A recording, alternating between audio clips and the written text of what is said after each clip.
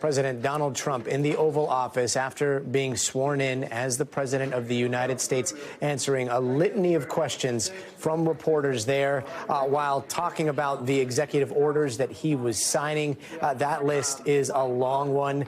He talked about TikTok, the deal with TikTok. He talked about tariffs, withdrawing from the World Health Organization just a few moments ago, even asking about the drone situation in real time, saying, hey, I just got into this office, but turning to one of his staff members saying, hey, can we figure this out? Again, all of this happening in real time. We've got Vaughn Hilliard with us to help break down some of what we saw. Vaughn, so many things happening all at once in so many different directions. What do you think we're going to see implemented the fastest here? Are pardons and maybe release from prison tonight for some of those involved with January 6th?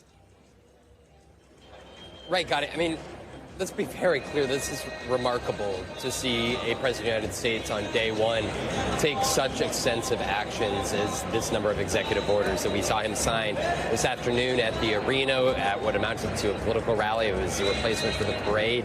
But there inside of the Oval Office, there's 3 balls that he still has to get to this evening, but he's still inside the Oval Office signing and explaining these executive orders. And to your question, Gotti, the top line here, we must start with those pardons of January 6 defendants and those who were found guilty or pleaded guilty.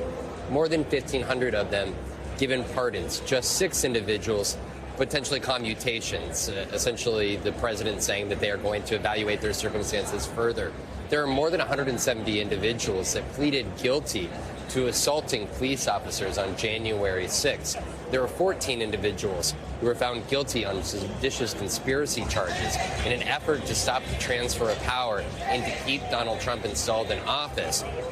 All of these people are going to be released in the upcoming weeks here.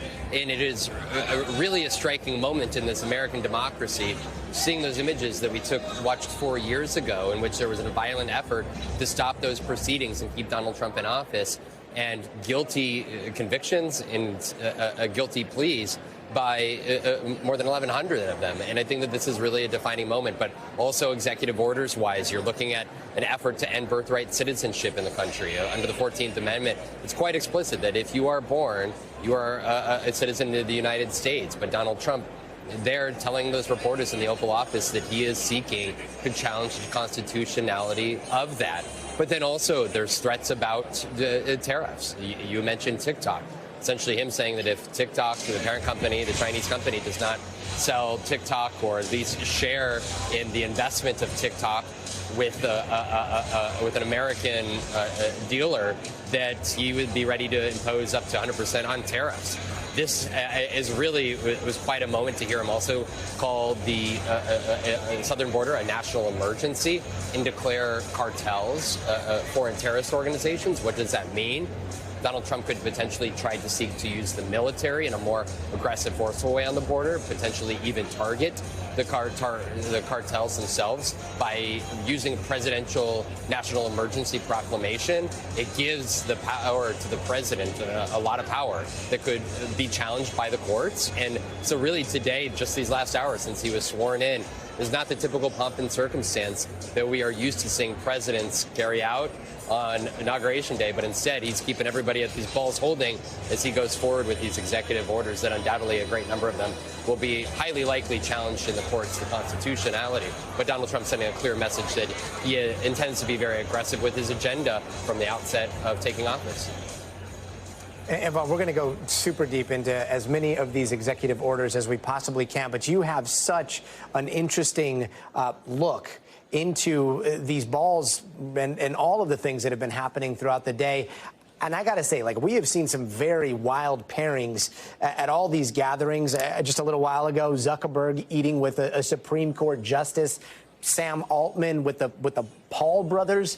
What kind of universe collisions are we going to see at these balls tonight? And what is happening behind the scenes? Because so much of what we're seeing is being told by the president as it happens. And yet so much of the power is concentrated right now in Washington, D.C. in a way we've never seen before.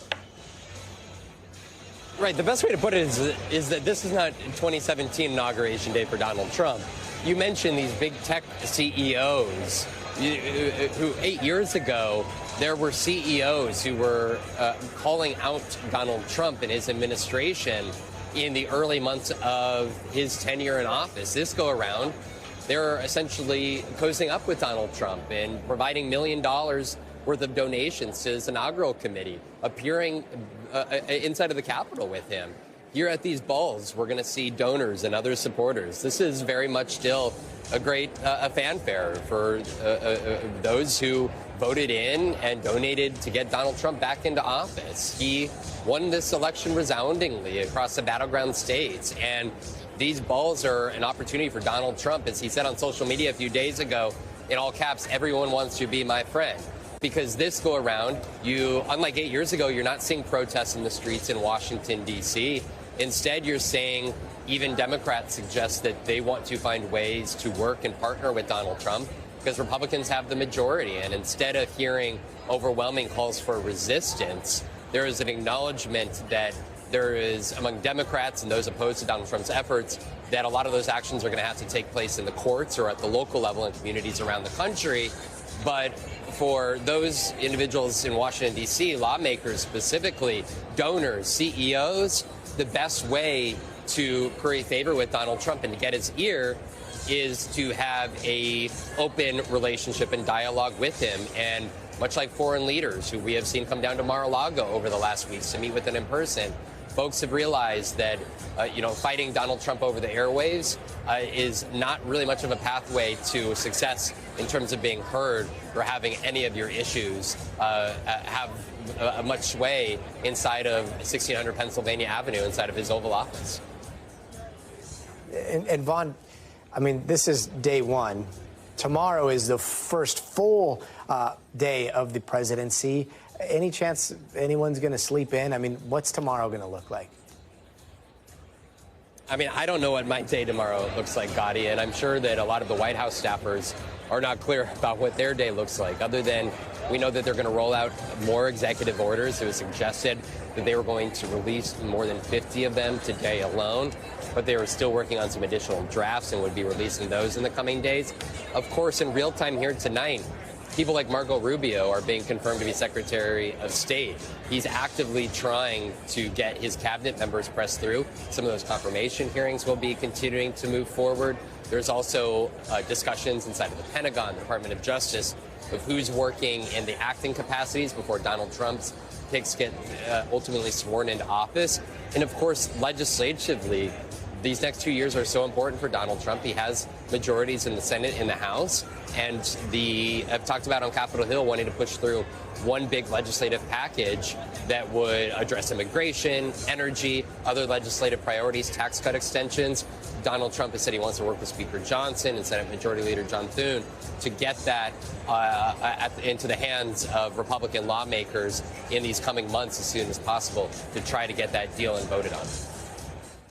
Vaughn Hilliard in for a very late night for, I don't know, eternity. Vaughn Hilliard, thank you so much for joining us. Here we go.